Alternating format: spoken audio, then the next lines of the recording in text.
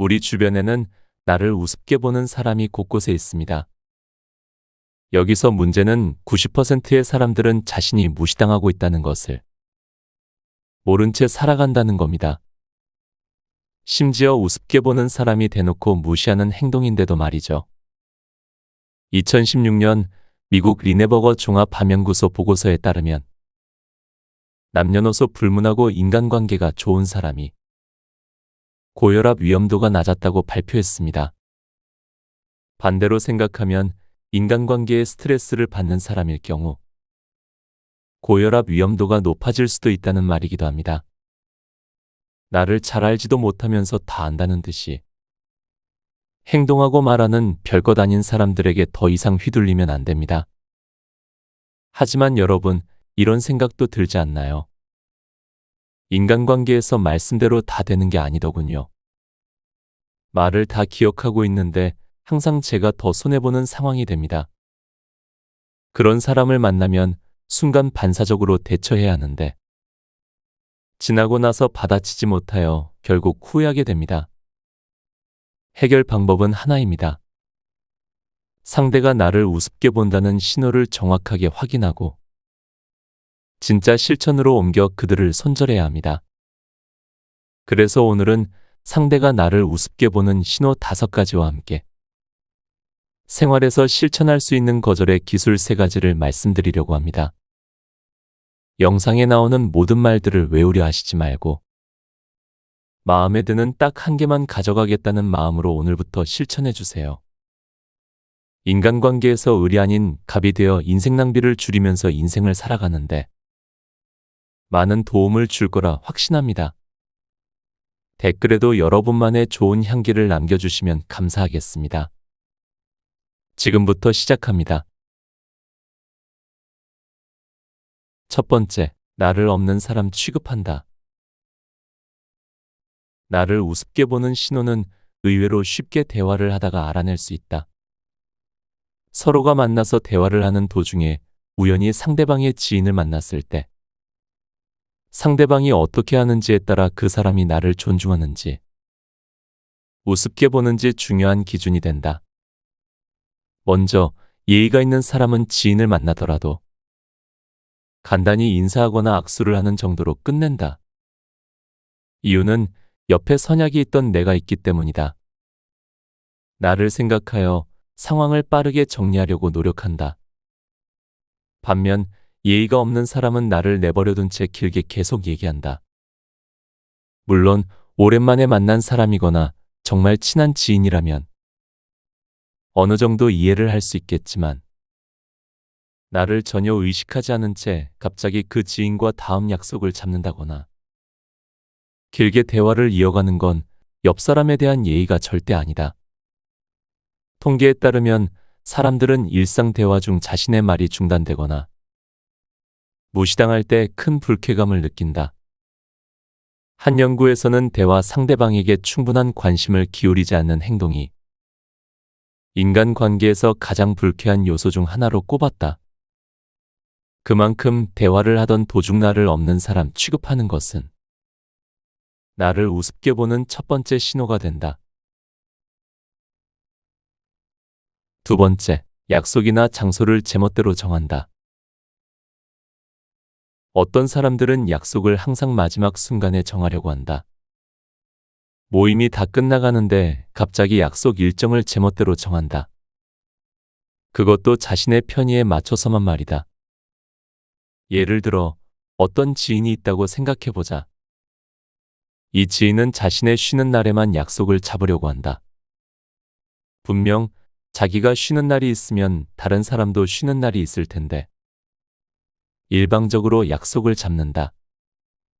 더군다나 그 이야기를 모임이 다 끝나가는 마지막에 말하는 건 나의 상황을 배려하지 않는 습관인 것이다. 결국 이런 행동은 상대방이 나의 시간을 소중히 여기지 않는 것으로 판단할 수 있다. 철학자 칸트는 인간을 이렇게 비유했다. 인간은 단지 수단으로서가 아니라 목적으로서 대우받아야 한다. 이 말은 인간 간의 관계에서 서로를 존중하고 가치를 인정해야 한다는 의미를 담고 있다. 예의 없는 행동, 특히 약속을 마지막 순간에 정하는 행위는 이러한 원칙에 반한다. 상대방을 자신의 편의에 맞춰 조종할 수 있는 수동적인 사람으로만 여기는 것은 상대방을 목적이 아닌 수단으로 대우하는 것과 다름없다. 약속을 정할 때 상대방의 시간과 계획을 고려하는 것은 기본적인 예의 중 하나다. 굳이 기본적인 예의를 지키지 않는 사람과 더 이상 함께할 필요가 없다고 생각한다. 나를 우습게 보는 사람은 장소도 자기 멋대로 정한다. 예를 들어 어떤 친구가 자신의 집 근처 공기 좋은 곳에서 만나자고 친구들에게 제안을 한다. 그냥 보면 문제가 없어 보인다. 그러나 이 친구의 집은 서울에 사는 다른 친구들에게는 상당히 멀리 떨어진 파주에 있다. 서울이나 경기도에 사는 친구들은 이 친구를 만나기 위해 많은 시간과 노력을 써야 한다. 물론 친구가 좋은 뜻으로 놀러 오라고 할 수 있다. 하지만 이 친구는 매번 만날 때마다 다른 친구들이 겪는 불편함이나 힘든 점을 전혀 고려하지 않는다. 멀리서 온 친구에게 고맙다, 수고했다는커녕 아무 말이 없다. 더욱이 다른 친구들이 멀리서 온 것을 감안해 계산할 때 조금이라도 더 내겠다는 배려도 보이지 않는다. 아무리 가까운 친구지만 나를 조금이라도 생각한 친구라면 그렇게 행동하진 않을 거다. 나를 우습게 보는지 꼭 살펴보자. 세 번째, 한 번 부탁한 사람이 또 부탁한다. 그들은 이미 당신이 해줄 것이라는 답을 내리고 당신에게 부탁을 한다. 사람들은 왜 하필 당신에게만 부탁하는지 생각해 본 적이 있는가? 당신이라면 모든 것을 해결할 수 있을 것 같아서? 당신의 능력이 뛰어나서? 절대 아니다. 대부분 사람들은 당신이 부탁을 거절하지 못할 것을 알고 부탁하는 것이다. 그래서 제 아무리 힘든 부탁이라도 당신에게는 쉽게 부탁한다. 남들이 들어주지 않는 어렵고 힘든 부탁을 쉽게 수락하고 열일 제치고 도와줄 것이라고 믿기 때문이다. 그리고 그 대가는 고맙다는 몇 마디 말과 약간의 찬사 정도다. 어쩔 때는 이 표현마저 생략되기도 한다. 많은 사람들이 나에게 지속적으로 부탁을 하고 그 요구를 수락해 버릇하면 사람들은 나를 쉽게 대하는 경우가 많아진다. 이미 상대방이 당신의 성향을 파악했다는 뜻이다. 나 같은 경우에는 막무가내로 조르는 사람에게 취약하다. 하지만 이런 분류의 사람도 부드럽지만 강하게 의사 표현을 한다면 아무리 막무가내로 나와도 충분히 거절할 수 있다는 것을 알았다. 당신이 부탁을 수락할 것이라고 생각하는 사람들은 당신이 베푼 배려와 고마움을 금방 잊어버린다. 처음 부탁할 때에만 당신에게 미안한 감정을 느끼지. 부탁이 반복될수록 당연시하는 것이다.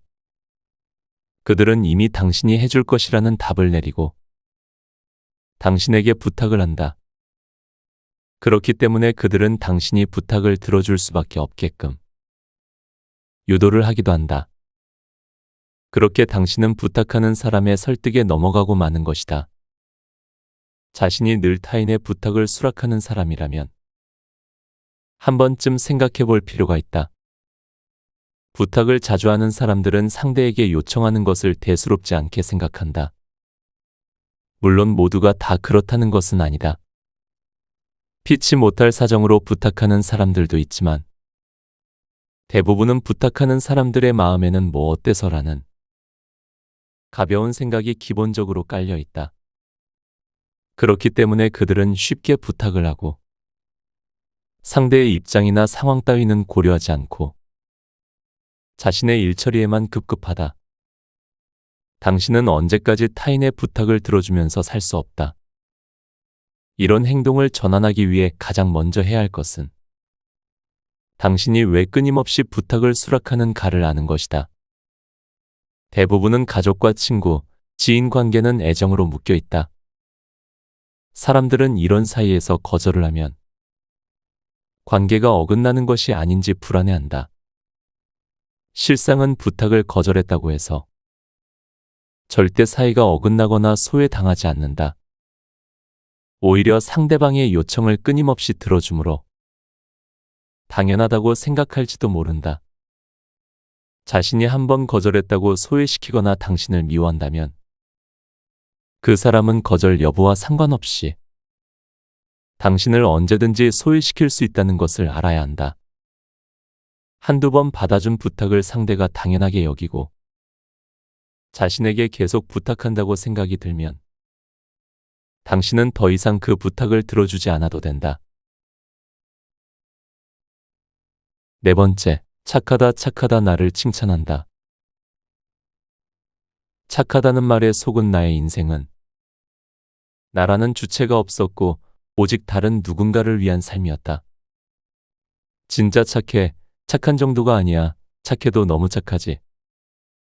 나는 지금까지 양보와 배려로 남에게 피해를 주지 않고 솔선수범하며 살아왔다.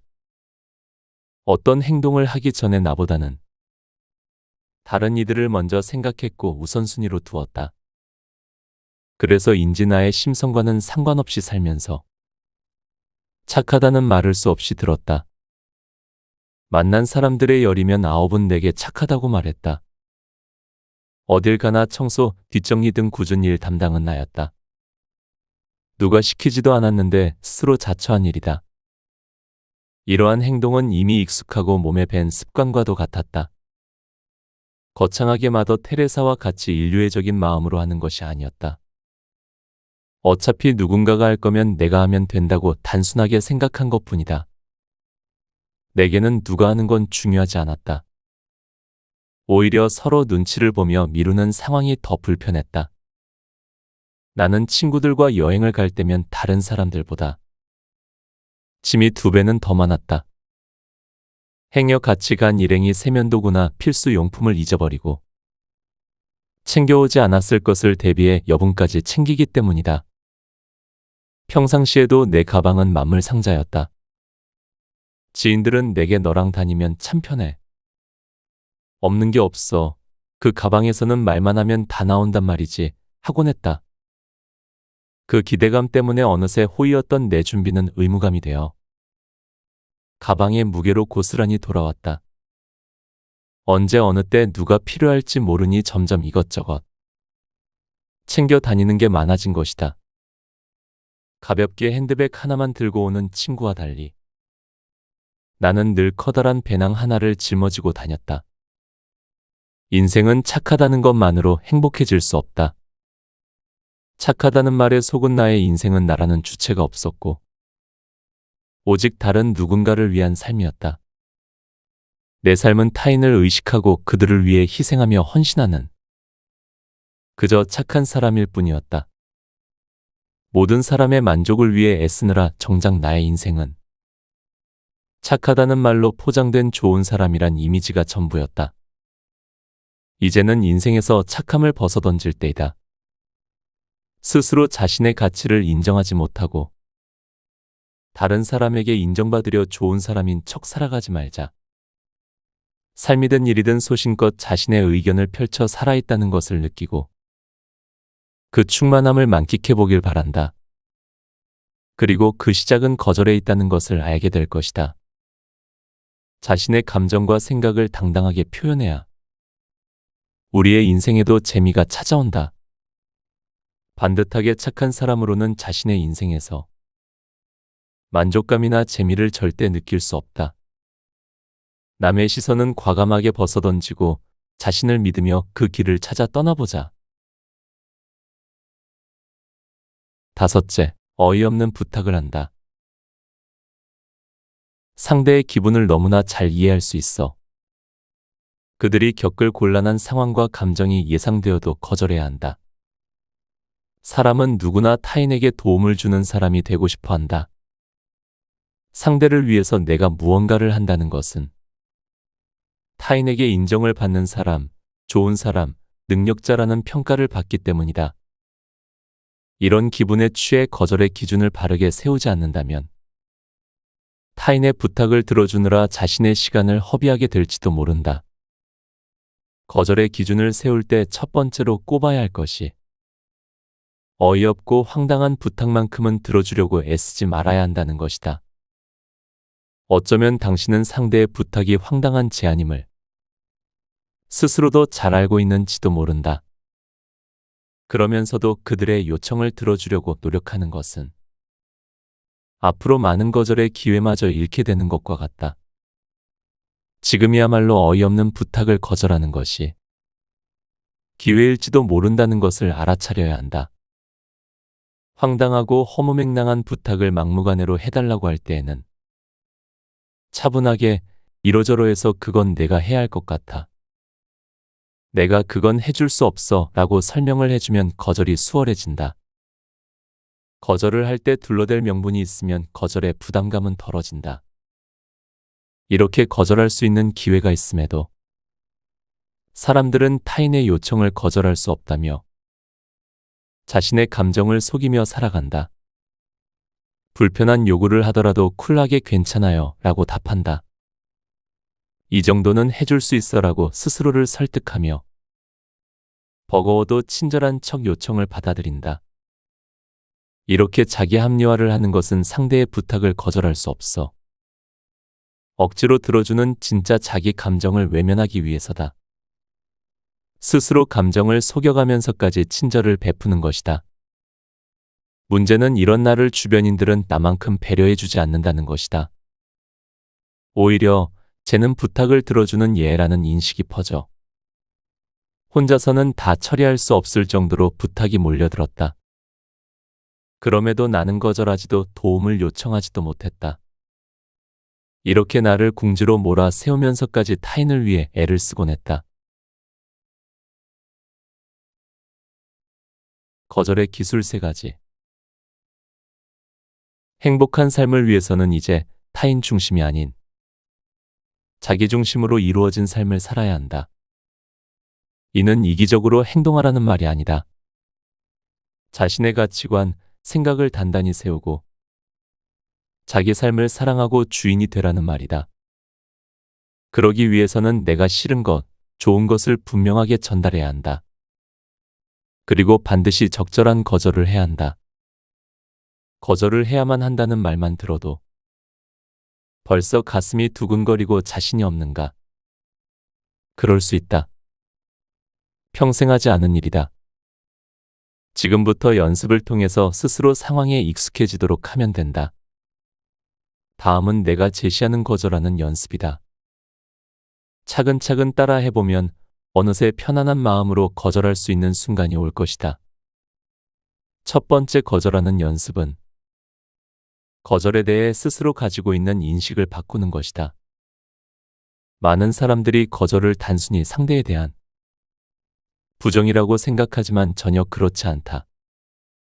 거절을 했다고 해서 그 사람 자체를 밀어내는 것이 아니다.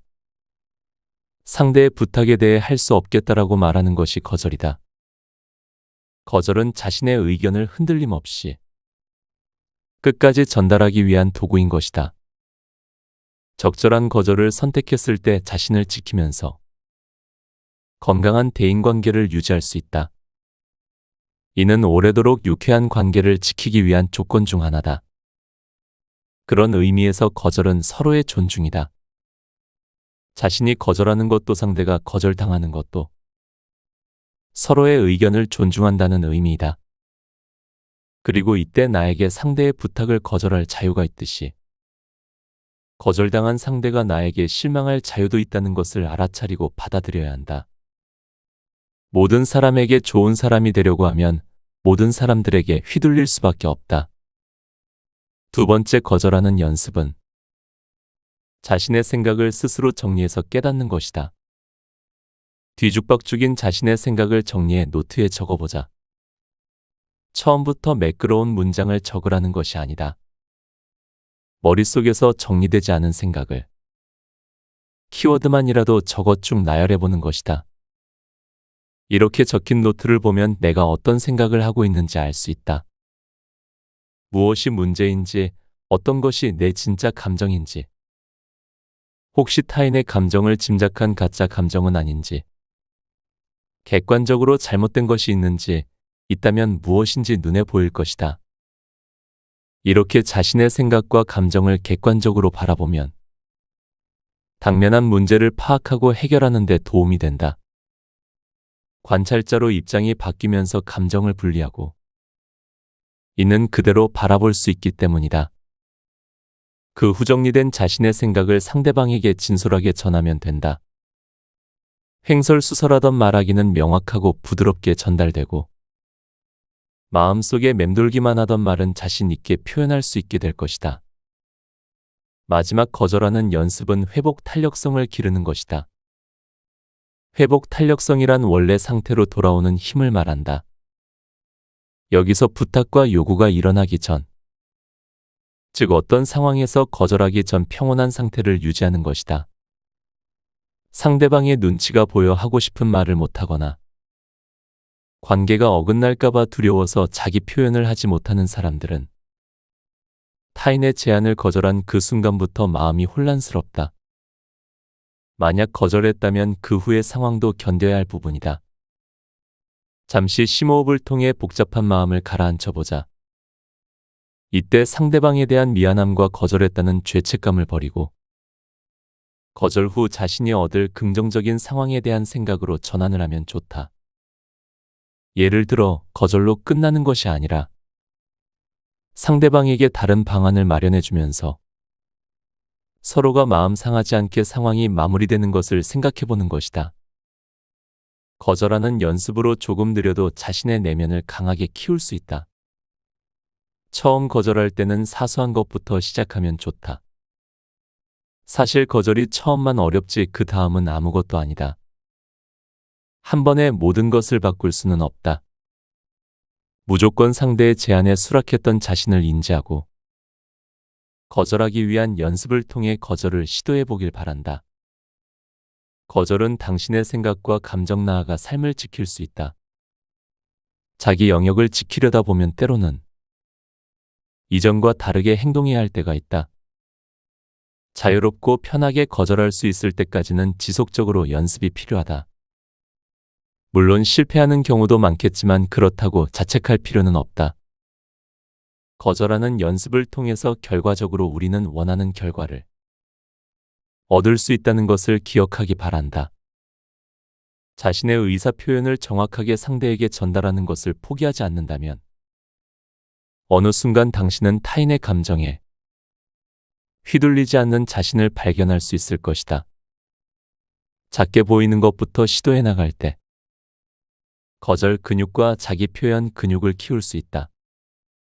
그렇게 되면 당신은 더 이상 거절이 어렵지 않다는 것을 깨닫게 될 것이다. 거절을 못하면 누군가를 미워하게 된다. 사소하지만 불편한 감정을 쌓아둔다면 큰 문제로 번져 일과 인간관계 모두를 망칠 수 있다. 자신이 느끼는 감정을 중요하게 생각해야 한다. 그렇다고 해서 서운한 감정을 상대에게 계속 표출하라는 것은 아니다. 서로 입장을 충분히 생각하고 마음이 상하지 않도록 하는 노력이 필요하다. 상대가 나의 감정을 상하게 했든 어떤 오해가 생겼든 문제가 생겼을 때 감정을 더욱 증폭시켜 부정적인 생각을 하지 않으려면 감정이 느껴지는 순간에 자신의 감정을 알아차리고 어떤 감정인지를 인식할 수 있어야 한다. 자신의 감정을 무시해버린다면 언젠가는 쌓인 감정이 폭발해버리고 만다. 상대방을 미워하지 않기 위해서는 자신의 마음을 살펴야 한다. 또 모든 감정에 반응하지 않고 오해를 풀어야 한다. 이럴 때 서로의 감정을 덜 상하게 하는 효과적인 3단계 방법을 소개한다. 1단계, 어떠한 감정이 들면 바로 알아차리고 인지하자. 우월 의식을 가지고 있는 상대가 당신을 과소평가해서 애매모호한 상황이다. 기분이 언짢지만 말하기도 그렇다. 이때 당신이 드는 감정을 오해하고 있는 것은 아닌지 명확하게 인지해야 한다. 감정의 오해를 풀지 않으면 관계에서까지 오해가 깊어진다. 2단계, 자신의 감정에 유리한 쪽으로 생각하자. 별것도 아닌 것에 자신이 너무 예민하게 반응을 보인 것이라면 그 감정을 풀 수 있는 방법을 생각해보자. 우월감을 느끼고 싶어서 그런가 보다. 서로 잘 되기 위한 협상을 위한 거지. 감정을 증폭시키면 모든 것을 잃을 수도 있어 등과 같이. 자신의 감정이 덜 상하는 쪽으로 유리하게 생각하는 것이다. 내 감정이 느끼는 대로 모든 것을 말할 수는 없다. 충분하게 자신의 감정에 대해 생각해 보는 것이다.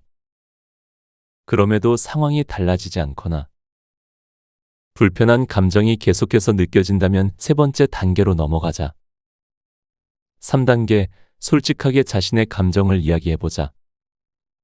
불편한 감정을 가지고 관계를 유지하는 것은 현명하지 않다. 그 감정을 솔직하게 털어버리고 생산적인 관계로 발전해 나가는 것이 모두를 위한 것이다. 참았던 감정을 이야기하기보단 차분히 생각했음에도 해소가 되지 않는 감정을 솔직하게 전달해보자. 평소에 남에게 싫은 소리를 못하는 사람이 자신의 감정을 이야기할 때는 주의해야 할 것이 있다. 억눌렀던 감정을 갑자기 표출할 때 흥분을 한다거나 할 말은 해야겠어와 같이 그동안 보였던 모습과 다르게 격해지는 것을 조심하자. 오히려 상대방의 입장을 늘 고려하여 친절했던 자신의 강점을 살려 상대방에게 부드럽고 세련되게 감정을 전달하는 것이 좋다.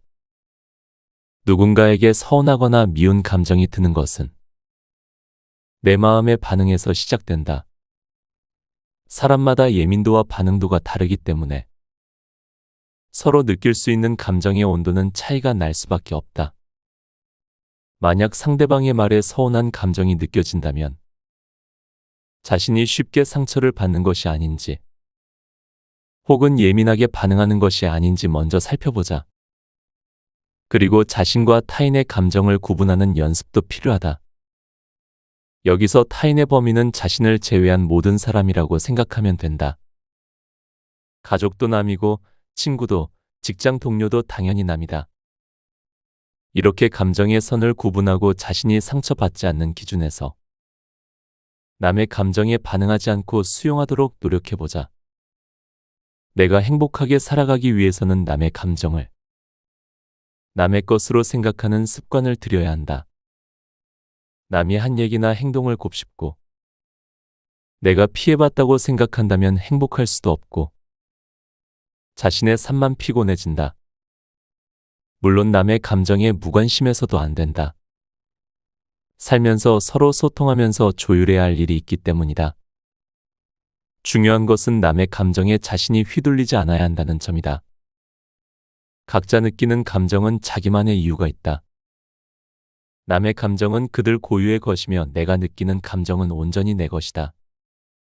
이런 감정은 어떻게 할 수도 없고 어떻게 해서도 안 된다. 즉, 그 사람의 감정을 바꾸려 들거나 내 감정으로 끌어오지는 말아야 한다. 그럼에도 내가 느끼는 감정이 시원하지 않다면 진솔하게 대화해 보길 권한다. 그 사람이 인정을 하든 기분이 나쁘든 화가 났든 이제는 그 사람의 일일 뿐이다. 상대가 화를 낸다고 해서 같이 화낼 필요도 없고 거기에 휘둘리거나 억눌릴 필요도 없다. 성숙한 감정 조절로 쓸데없는 감정 소모를 줄이고 누군가를 미워하는 마음으로 죄책감을 느끼지 말자.